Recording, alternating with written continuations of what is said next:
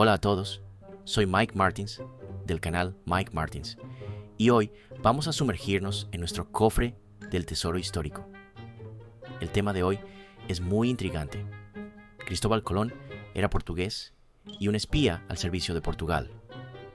Si aún no han visto nuestro documental anterior sobre la Cruz Templaria y la formación de la Orden de Cristo, les recomiendo que lo vean. Mientras intentamos descubrir por qué la historia portuguesa está siendo rápidamente borrada de la historia convencional, ¿qué sabían realmente los portugueses y por qué es un secreto tan grande? Vamos a descubrirlo.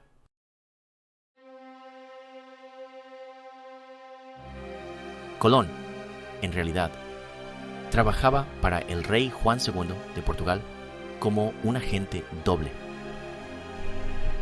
Los viajes de Colón bajo la corona española tenían como objetivo despistar a los monarcas españoles, Fernando e Isabel, sobre los verdaderos planes de Portugal para la exploración global.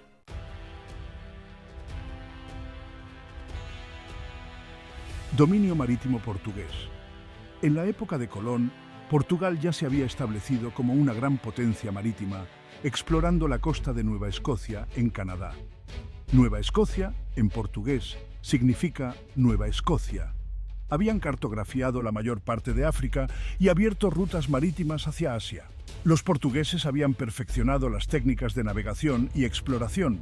Colón fue enviado para engañar a España y que mirase hacia el oeste, mientras Portugal se aseguraba rutas más estratégicas alrededor de África.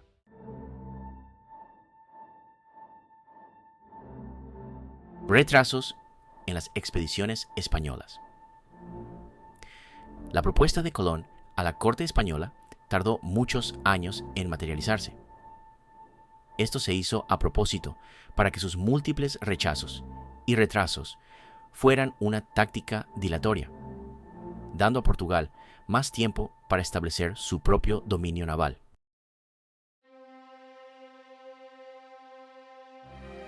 Exploración desviada. La subestimación deliberada de Colón sobre el tamaño de la Tierra y su elección de explorar hacia el oeste pudieron haber sido destinadas a desviar la atención de España de las rutas alrededor de África que Portugal ya estaba colonizando.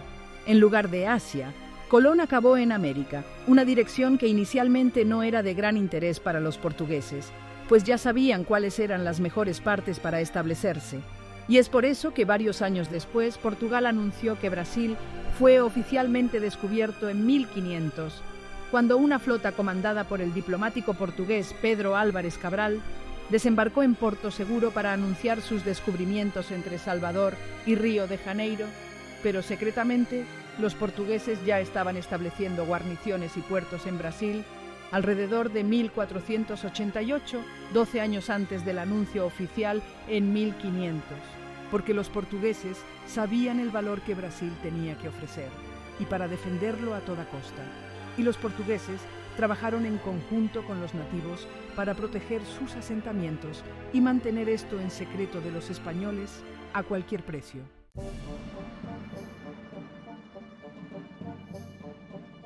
Ahora volvamos a Colón. El cambio de nombre, Colombo a Colón. Otra pieza del rompecabezas implica el nombre de Colón. En Italia, su nombre era Cristóforo Colombo.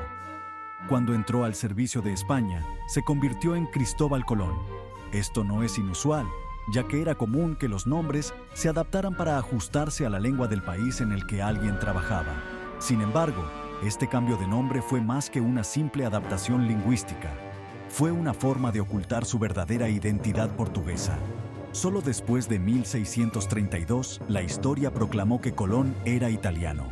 No hay pruebas de que Colón siquiera haya visitado Italia.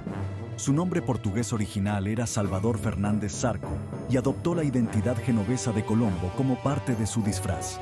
La idea de sus raíces portuguesas se debe en parte al hecho de que se sabe poco sobre los primeros años de la vida de Colón, lo que lleva a la creencia de que su historia fue fabricada.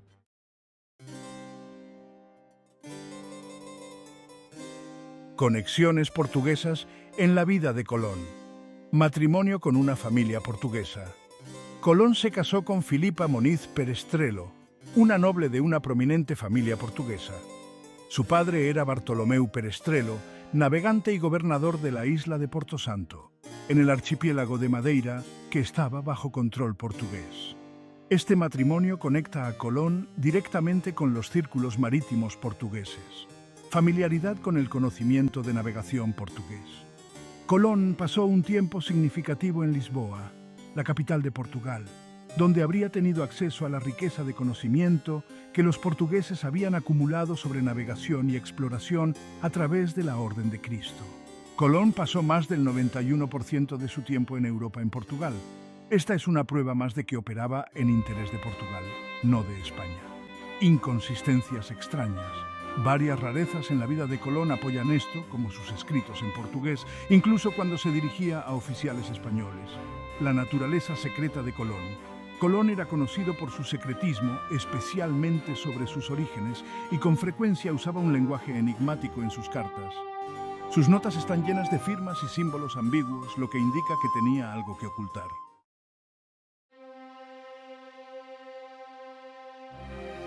¿Por qué Colón informó al rey de Portugal antes de partir? Aunque Colón navegaba para España como espía, notificó al rey Juan II de Portugal antes de embarcar en su primer viaje en 1492. Hay varias razones para ello. Protocolo diplomático. Colón era consciente de que su viaje planeado lo llevaría a aguas que Portugal consideraba dentro de su esfera de influencia bajo el Tratado de Alcáchovas de 1479, que había dividido las zonas de exploración del Atlántico y de África entre España y Portugal.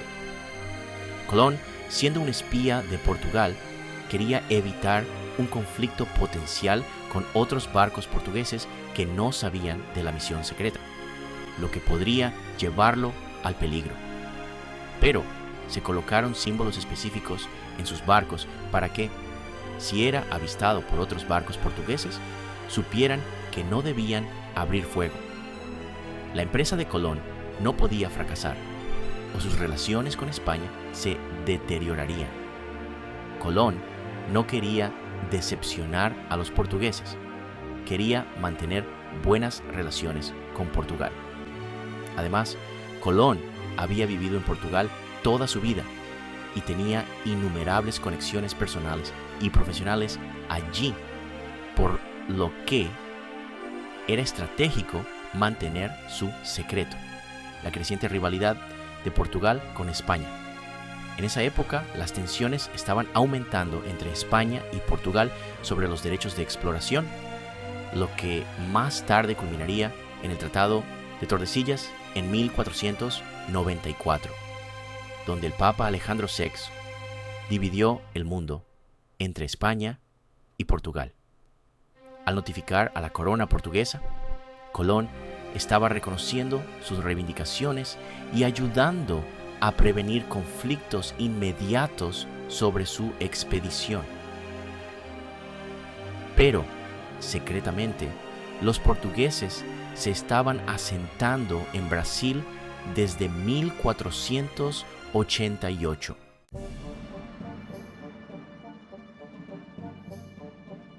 Ahora volvamos al descubrimiento secreto de Nueva Escocia. A principios de la década de 1470, un grupo de marineros portugueses se aventuró mucho más allá de las fronteras conocidas del Atlántico. Liderados por un hombre llamado João Vaz Corte-Real, se encontraron con una costa extraña y boscosa, la actual Nueva Escocia. La existencia de esta nueva masa de tierra fue cuidadosamente guardada por la corona portuguesa, vista como una potencial moneda de cambio en el competitivo mundo de la exploración. Si España u otros rivales se enteraban de estas tierras, el delicado equilibrio de poder en Europa podría romperse.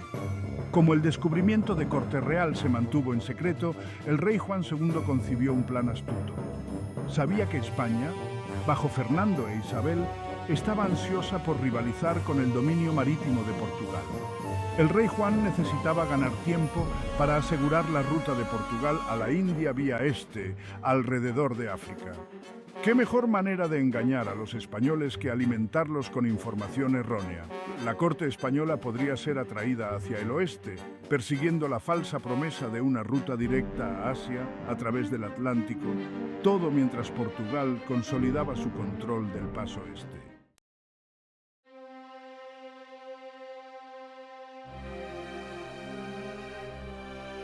Avanzando hacia 1492, la corte española muerde el anzuelo. Hicieron falta años de persuasión, pero en 1492, Fernando e Isabel finalmente accedieron a patrocinar la expedición de Colón hacia el oeste. En esa época, España había concluido recientemente la Reconquista, retomando Granada de los moros. Con su tesoro reabastecido y el orgullo nacional en alza, los monarcas españoles estaban ansiosos por rivalizar con el dominio marítimo de Portugal. La propuesta de Colón parecía perfecta: una ruta nueva y audaz hacia las riquezas de Asia que convertiría a España en la nación más rica de Europa. Poco sabían Fernando e Isabel que el hombre al que confiaron sus fortunas los estaba alejando de su verdadero objetivo.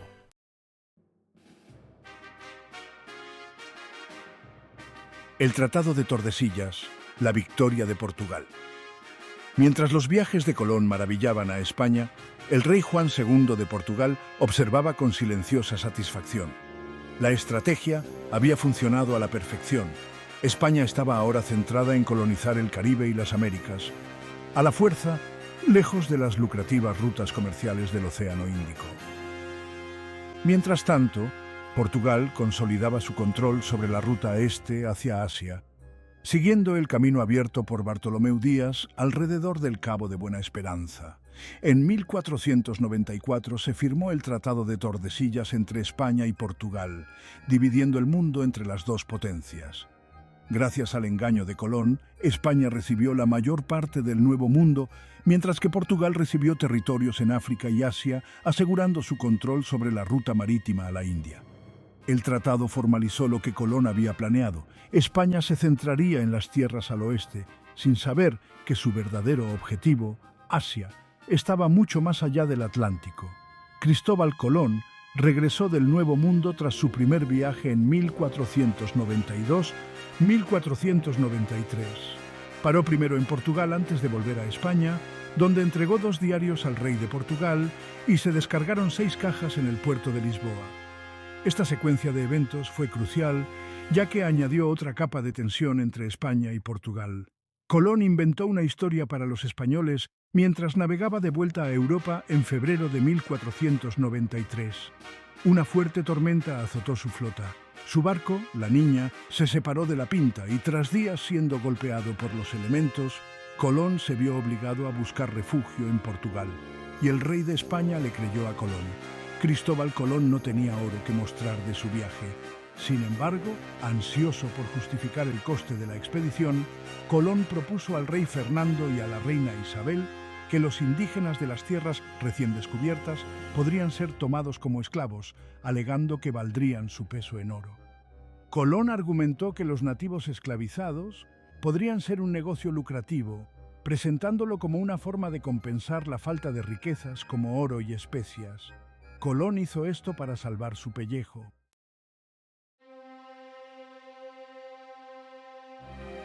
El engaño final. A medida que la salud de Colón empezó a declinar, aún mantuvo su doble identidad. Aunque oficialmente servía a España, su lealtad a Portugal nunca flaqueó. Se llevó el secreto de los descubrimientos portugueses anteriores a la tumba, permitiendo que el mito de su origen genovés y lealtad española perdurara en los anales de la historia. Pero la historia es un laberinto de verdades y mentiras.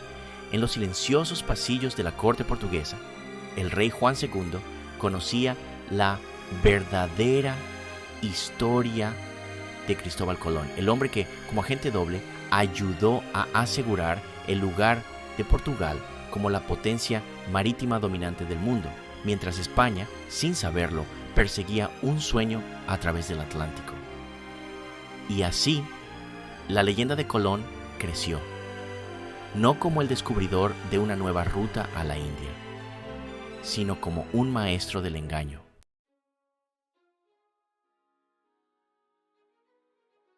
Gracias a todos por acompañarnos mientras buscamos la verdad en textos y manuscritos antiguos, ocultos de la narrativa actual. La mayoría de los libros a los que hago referencia fueron publicados antes de 1845. Mike Martins aquí, he hablado.